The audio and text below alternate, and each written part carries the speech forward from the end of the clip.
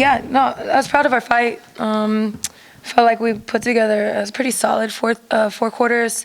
We'd had a couple of lulls in there where we couldn't score, and compounded that with fouling. And so, again, way too many free throws we gave up. But overall, I felt like our cohesion, our fight for 4 quarters, I was proud of that part. I mean, you have to be pleased with, I mean, when you played BG a few weeks ago, it was a 30-point loss, and this game comes down to the wire. I mean, that has to be, I know it's another moral victory, but it's got to be positive. Well, it is. It is. I mean, I think even the way they play, you know, they back cut us to death last time. We couldn't figure out weak side rotation. I mean, there were a lot of things that were blatant that we hadn't been able to work on, that we just weren't educated on. And so the last 2 days, just really breaking down the film, breaking down rotations. And I felt like our kids responded. I felt like we were in the right place at the right time, just not completely disciplined to finish the play and not foul. But, yeah, definitely some growth. For Ivy, I mean, looked like she felt really confident today just shooting the basketball. Yeah. When somebody's shooting like that, do you try to draw up extra plays for her? You know, what goes through a coach's mind when you see that? No, not really. I didn't have to because the ball's in her hands so often. You know, it's between her and Peyton.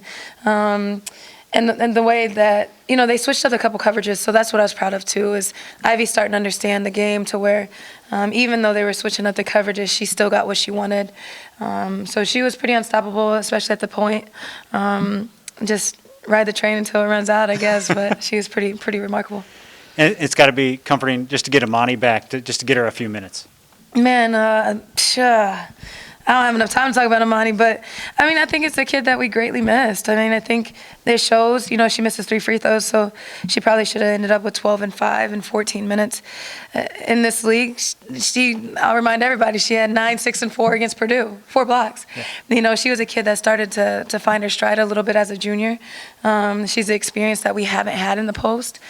So even on the defensive side of the ball, she's able to talk other players through rotations, through coverages, just with her experience, it really helps. And then with a couple games left to play, what are you hoping to get out of this next week?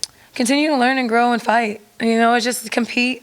We have 2 hard ones on the road. Obviously, going into OU, it's a rivalry game. I hope I don't have to motivate us too much to get up for that one. I'm hoping that we just fight till the end. You know, like we can always, I say it all the time, we win and lose the same way. We got to go back and look at the film and how can we grow and how can we get better. But at the end of the day, I want 2 hard-fought battles, and the results will be the results. But I hope for a couple wins along the way, too. All right. Appreciate it, Coach.